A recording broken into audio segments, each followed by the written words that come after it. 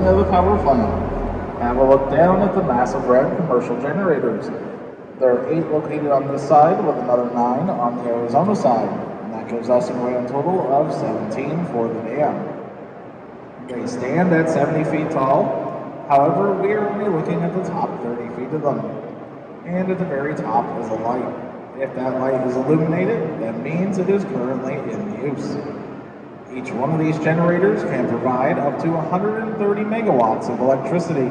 If we combine them all, that output balloons to nearly 2,100 megawatts. And with that on average throughout a year, the dam can provide enough power for over 1 million homes. This morning, I came, I saw, and I was conquered. As everyone would be, who sees for the first time this great feat of mankind. 10 years ago, the place where we are gathered was an unpeopled, forbidding desert. In the bottom of the gloomy canyon, whose precipitous walls rose to a height of more than 1,000 feet, flowed a turbulent, dangerous river.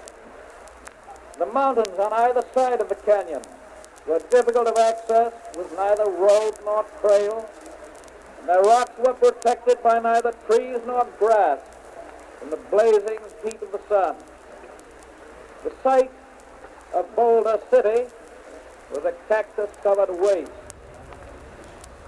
and the transformation wrought here in these years is a 20th century marvel.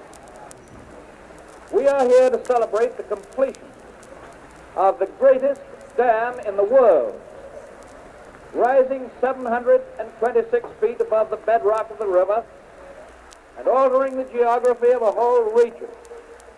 We are here to see the creation of the largest artificial lake in the world, 115 miles long, holding enough water, for example, to cover the whole state of Connecticut to a depth of 10 feet.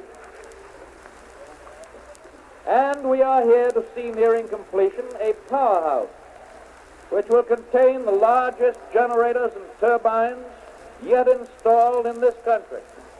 Machinery that can continuously supply nearly 2 million horsepower of electric energy. All of these dimensions are superlative. They represent and embody the accumulated engineering knowledge and experience of centuries. And when we behold them, it is fitting that we pay tribute to the genius of their designers. We recognize also the energy, the resourcefulness, and the zeal of the builders who, under the greatest physical obstacles, have pushed this work forward to completion 2 years in advance of contract requirements.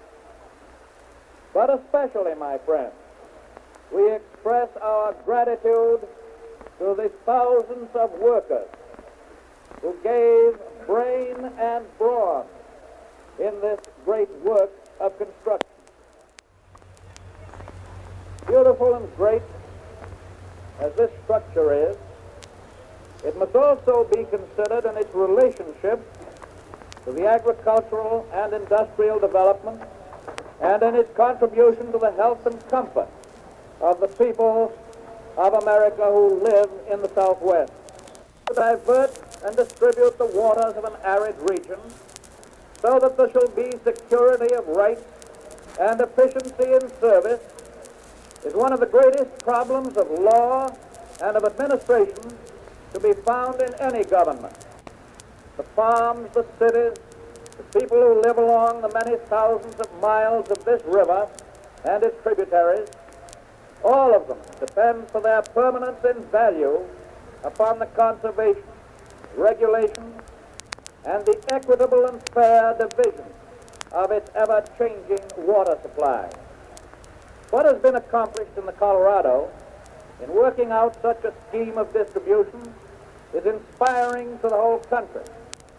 Through the cooperation of the state, whose people depend upon this river, and of the federal government which is concerned in the general welfare, there is being constructed a system of distributive work and of laws and practices which will ensure to the millions of people who now dwell in this basin and to the millions of others who will come to dwell here in future generations a safe, just, and permanent system of water rights. In devising these policies and the means of putting them into practice, the Bureau of Reclamation of the federal government has taken and is destined to take in the future a leading and helpful part. The Bureau has been the instrument which gave effect to the legislation introduced into the Congress by Senator Hiram Johnson and Congressman Philip Swing. When in flood, the river was a threatening torrent. In the dry months of the year, it shrank to a trickling stream. For a generation, the people of Imperial Valley had lived in the shadow of disaster from this river, which provided their livelihood and which is the foundation of their hopes for themselves and their children. Every spring, they awaited with dread the coming of a flood, and at the end of every summer, they feared a shortage of water would destroy their crops. The gates of these great diversion tunnels were closed here at Boulder Dam last February, and in June a great flood came down the river. It came roaring down the canyons of the Colorado through Grand Canyon and Iceberg and Boulder Canyon, but it was caught. It was caught and held safely behind Boulder Dam.